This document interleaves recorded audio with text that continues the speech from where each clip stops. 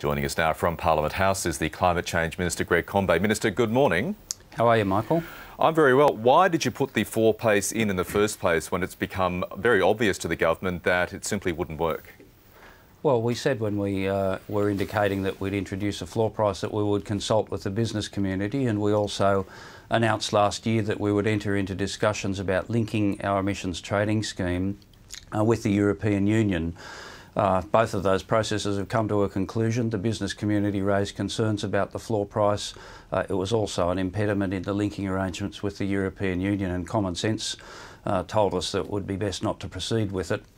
The important thing out of this, though, I think is being a bit missed in the commentary, and that is that our carbon price, once we move to an emissions trading scheme on the 1st of July 2015, will be the same as that across all of the European Union, plus several other countries, 30 countries in total, 530 million people, our second largest trading bloc, and that's a very important breakthrough. What are carbon price permits currently trading at in Europe based on your understanding of that? Oh, they're around $10, just under $10 yesterday. So why should anybody believe the carbon price will meet the $29 per tonne that the government has budgeted for from 2015? Well, for a start, the long-term trend price for the European permits over the last 4 years has in fact coincidentally been around $23. And the price moves up and down. It's a market. Like many other things move up and down, exchange rates and interest rates.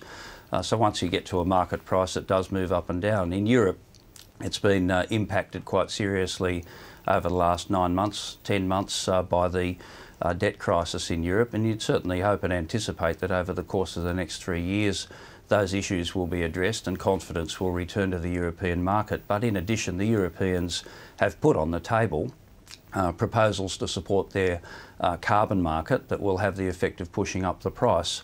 And we are relying upon, I might add, Treasury forecasts. It's the organisation that does the modelling for the government of all forecasts that comprise our budget in total, and I think we're entitled to rely on that very comprehensive work. And they've indicated in 2015-16 a carbon price in the order of $29. You used a very important word there in that answer, Greg Combet, hope. I mean, the government's essentially taking a bet here that the carbon price will eventually reach anywhere close to that $29 figure that the Treasury has forecast, budgeted $9 billion worth of revenue on. Look, I think we need to put this in a bit of perspective. The Treasury does forecasts of many things to put a budget together over the course of 3 and 4 years. Carbon pricing is one of them now that it has been introduced, but it's also got to be mindful of exchange rate movements. Do you know what they'll be 3 years or 4 years out? I think the Treasury might have a bit better history than either you or I commenting upon that. Interest rates, GDP rates, unemployment rates, company tax receipts, income tax receipts. But, you know, I think we're entitled to rely upon very comprehensive work by the Treasury in forecasting what prices will be in carbon markets internationally. And governments of both stripes rely quite fundamentally on Treasury, but as we know, Treasury does get it wrong. They're not infallible.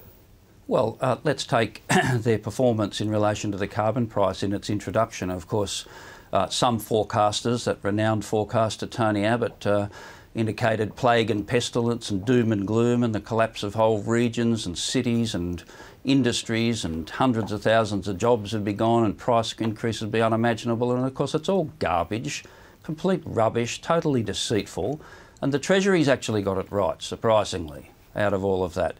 The Treasury predicted it'd be pretty modest price impact, which it is, and we designed tax cuts, increases in the pension, increases in family tax benefits to ensure that those price impacts are covered for the overwhelming majority of people. And in fact, millions of people are now better off that we have implemented the carbon price arrangements and the tax cuts and pension increases. So I think you can test it by real world experience, lived experience, and the Treasury looks pretty good.